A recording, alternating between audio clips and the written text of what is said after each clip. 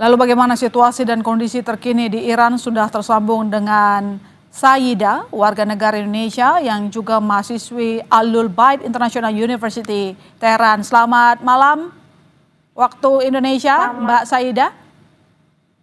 Selamat sore waktu Tehran. Ya, Mbak Saida, saat ini bisa Anda ceritakan bagaimana kondisi dan suasana di kota Anda berada?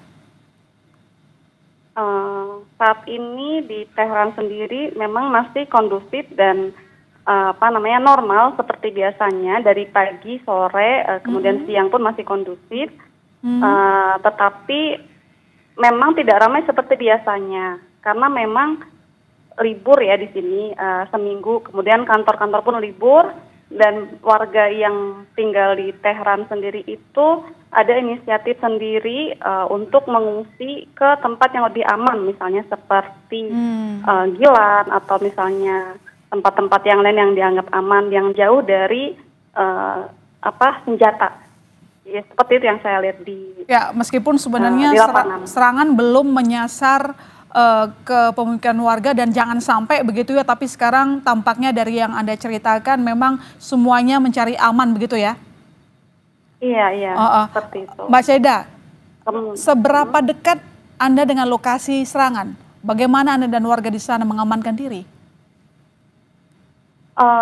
Saya pribadi ya, jadi memang malam itu ada dentuman ya. Suaranya seperti pertama petasan, saya pikir petasan kan, karena waktu itu hari Sabtu ada perayaan di Iran ya, salah satu perayaan di Tehran gitu.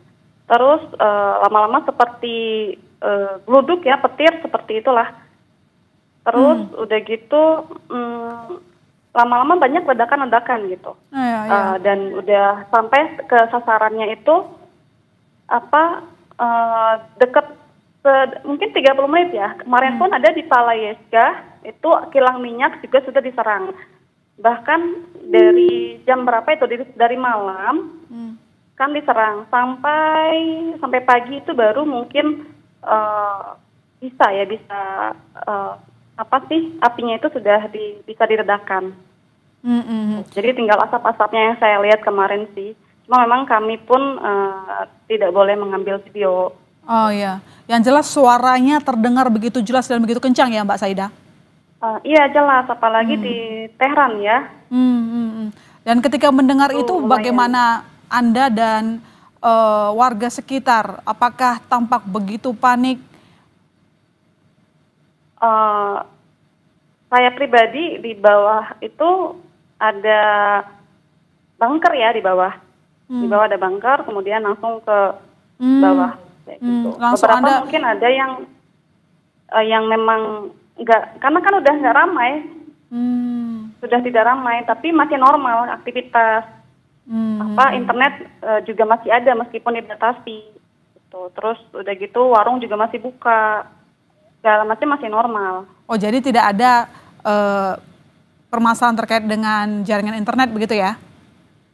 Tidak ada, hanya dilemahkan saja dan dibatasi. Dan saat itu meskipun sepi ternyata Anda langsung mencoba ke bunker begitu ya untuk mengamankan diri dari situasi suara ledakan yang ternyata terdengar begitu kencang gitu ya? Iya. Mbak Saida, sudah siaga 2 kata pemerintah dan ada imbauan untuk pulang. Bagaimana dengan Mbak Saida dan kawan-kawan WNI lainnya? Kami sendiri, kalau saya pribadi ya memang sudah siaga 2, tapi kondisi saat ini bandara memang ditutup dan mungkin bisa lewat jalur darat, tapi saya belum tahu bagaimana lewat jalur daratnya. Mungkin saya pribadi dan teman-teman yang lain yang di Tehran kemungkinan akan mengikuti himbauan dari KBRI dan arahan dari KBRI, misalnya kami evakuasi ya sudah kami ikut evakuasi. Dan perjalanan sendiri pun silakan lanjut. Jauh perjalanan dari sini misalnya ke Turki 3 hari, dari sini ke Pakistan 3 hari gitu. Lewat bis, lewat jalur darat. Artinya aktivitas internasional termasuk perjalanan ditutup sejak terjadinya penyerangan hari pertama ya? Iya. Sejak hari Jumat saat itu langsung ditutup. Dari berita media lokal, bagaimana kondisi di wilayah lain, Mbak Syaida?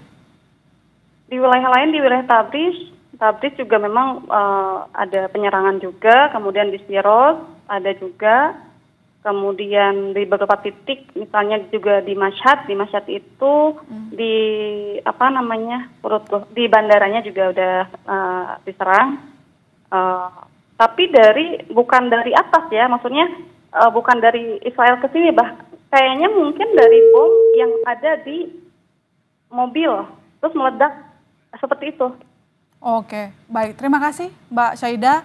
Semoga hal ini tidak berlanjut. Jaga kesehatan, tetap selamat, semangat di sana Mbak. Selamat malam waktu Jakarta. Selamat sore waktu Teheran, Iran. Baik.